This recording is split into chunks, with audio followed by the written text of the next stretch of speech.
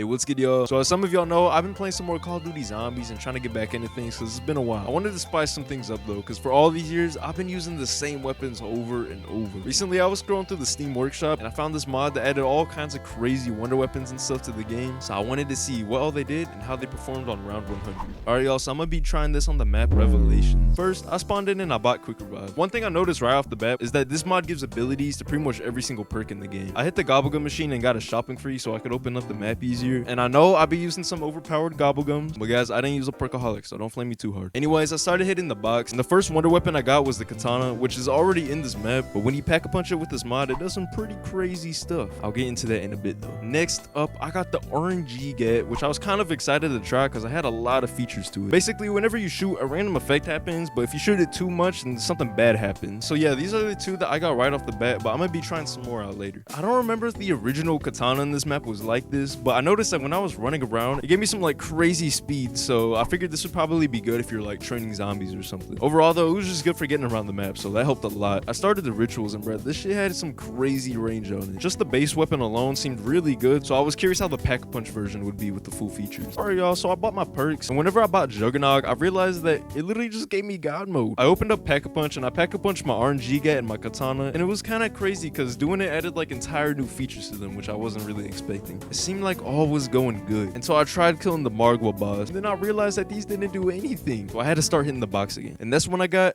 the gay gun, which also didn't do anything, so I had to get a regular weapon. Basically, it was just a ray gun, but the fire rate on it was insane. It also knocked you back a lot, so you could literally just travel with it if you wanted to. I figured that this would probably be the best weapon in the game, but I was wrong. I kept spinning the box until I eventually came across something called the do not use. I decided to use it, and holy shit, bro. Basically, you just press the fire button, and it just starts playing some Justin Bieber until everything in the map dies. Anyways, I pack-a-punched the weapons I had, and it was time to begin my high round strategy. Alright, so when I was playing, I got this Mario drop, and bro, it literally makes those zombies fly. So yeah, I thought that was pretty cool.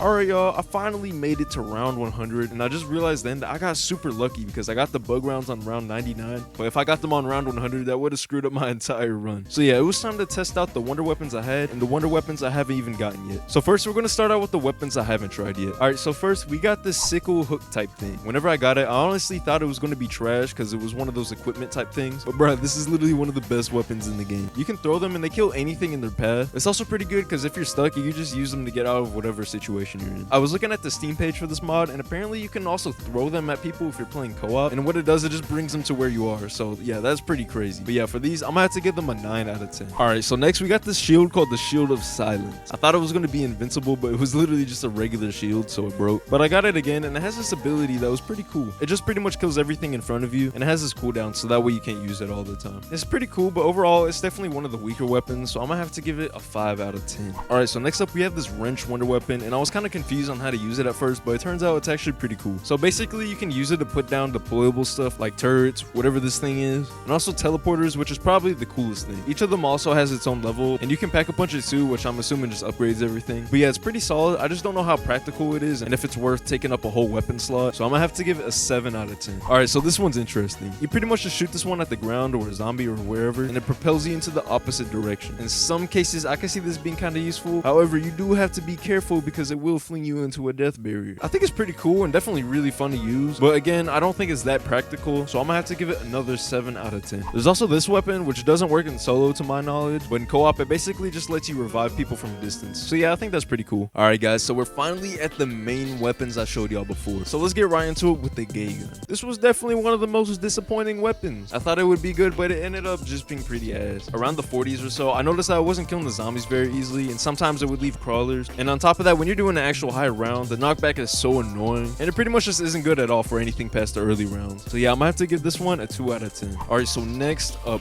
we got the RNG Gat. Alright, so this one's one of the more interesting ones in my opinion. It felt kind of similar to how it was in the early rounds, even when pack-a-punch, so I guess that's fine. But obviously, since it's random, it's really unpredictable, and it's kind of hard to tell what it's going to do, and it's really easy to get negative effects too. And really, the only negative effect I even noticed was just where it made the zombies go full fucking speed at you. When pack-a-punching it, it added a charge shot to it. sometimes it would teleport you to the zombies, and it's like, why would you want to be teleported to what you're trying to kill? That just doesn't make sense. And once again, it wouldn't kill the bosses. So yeah, it's a pretty cool weapon. It's just, it wasn't really that good, to be honest. So I'm gonna have to give it a 4 out of 10. All right, so one of the coolest weapons I've been waiting to try was the katana. So already at the start, it was pretty good. You didn't have to worry about ammo, the range was really good, and you can sprint super fast. So it was just overall really solid. When upgraded though, it adds this new ability that you can use where when you activate it, it creates this bubble around you and it freezes all the zombies in it, and it gives you insta kills, so you could just run around and kill everything there. So yeah, this was really useful, especially if you were stuck by some zombies and wanted to get out. The only thing that I was kind of disappointed about was the damage in the high rounds. It kind of fell off and would take a little bit to fully kill the zombies, but it still was pretty good. But yeah, overall, I'm gonna have to give the katana an 8 out of 10. All right, so last but definitely not least, my favorite wonder weapon yet,